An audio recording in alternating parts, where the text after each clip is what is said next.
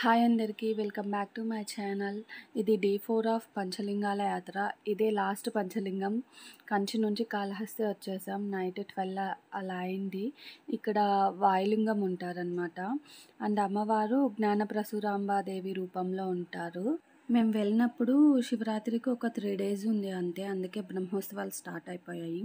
బ్రహ్మోత్సవాల ముందు ఫస్ట్ భక్త కన్నప్పకి పూజ చేసి తర్వాత స్టార్ట్ చేస్తారంట ఇక్కడ. అందుకే ఫస్ట్ మేము వెళ్ళిన రోజు భక్త కన్నప్పకి పూజ చేశారు. చాలా బాగుండింది, అసలు హ్యాపీ అనిపించింది. హమ్మయ్య, అంత దూరం తిరిగి వచ్చి మన ఏరియాకి వచ్చేసినాం అన్న ఫీలింగ్ వచ్చింది కాళహస్తి వస్తానే. మేము సడన్గా మా వాడికి గుండు చేద్దాం అనుకున్నాం.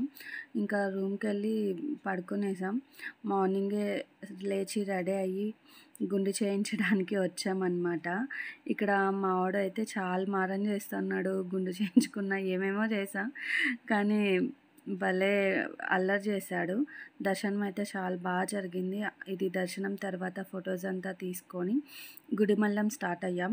అంటే మేము ఇంటికి వెళ్ళే దారిలోనే గుడిమల్లం అనమాట.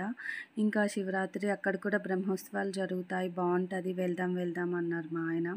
అందుకని గుడిమల్లం వచ్చేసాము. మేము వెళ్ళంగానే ఉత్సవ విగ్రహాలు అండ్ వినాయకుడు అండ్ అమ్మవారు స్వామివారు మాకు ఎదురొచ్చారు. చాలా బాగా అనిపించింది.